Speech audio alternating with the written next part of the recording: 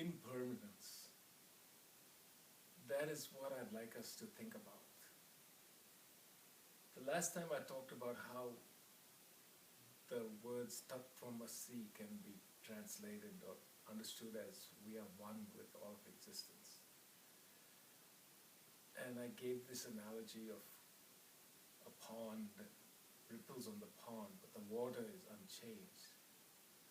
What I'd like us to think about is if we really start investigating what the water is in the pond, then that's also similar to vibrations. It's the same with any rocks that's around the pond. They are also, when we investigate it, nothing more than movements of energy. And matter itself is no different from energy. We used to think they are separate.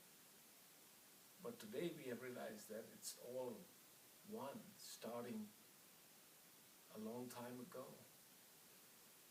And so I like to imagine it like this, imagine a gray-white formless void. Now, understand gray-white comes from our world, it's an analogy. We have a world of color, so we can imagine a color like gray-white. But imagine a gray-white formless void extending in all directions to infinity. Well, in this void, there really is no dimension. It could be one dimension, it could be two dimensions, it could be three dimensions. We can only have dimensions when there are separate things, when the world is existent. But this oneness of everything, this formless void would actually be nothing and everything at the same time. So we realize that, yes, of course, the idea of color comes from our world. But there is this oneness which we can't really describe in words, in language, in our thoughts, but we could perhaps try to experience and come closer to this feeling. And that's why I think yoga is important, because the postures help us. It's not that these postures are linked to any one way of understanding the world. Every way of understanding the world will be helped by the practice. So, in a sense, when I talk about ancient texts, I'm not trying to consider them sacred in any way. They are actually full of questions and some answers that point towards deeper and deeper analyses and truth, but it's not sacred in the sense that every word has to be taken literally and cannot be changed or reinterpreted by us. So the question arises then, why is this important? Why should I think about the oneness of everything?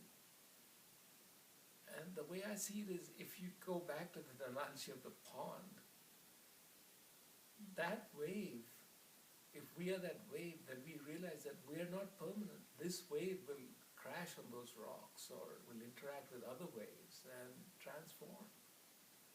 And once we realize the impermanence of ourselves, then selfishness, greed, so many petty thoughts seem to disappear. They are hard to justify. And what we find in the teachings of all thinkers and all ways of knowing the world is that if you live a good life, if you live a life of balance, and if you meditate and you try to be aware of this at all times, you actually will live a better life. It works, is what I'm saying. You will not feel this oneness, this connectedness, this letting go of grasping and greed, until you begin to feel this oneness with everything. And the way to do that is to meditate, to have right posture, to have good health, and not be greedy or selfish or petty. And really, the Taittiriya Upanishad mentions this. It says that if you understand this oneness, you have no fear. Whereas when you create a fissure, when you create this separation, then fear rises. But perhaps that's a subject for the next time. Thank you.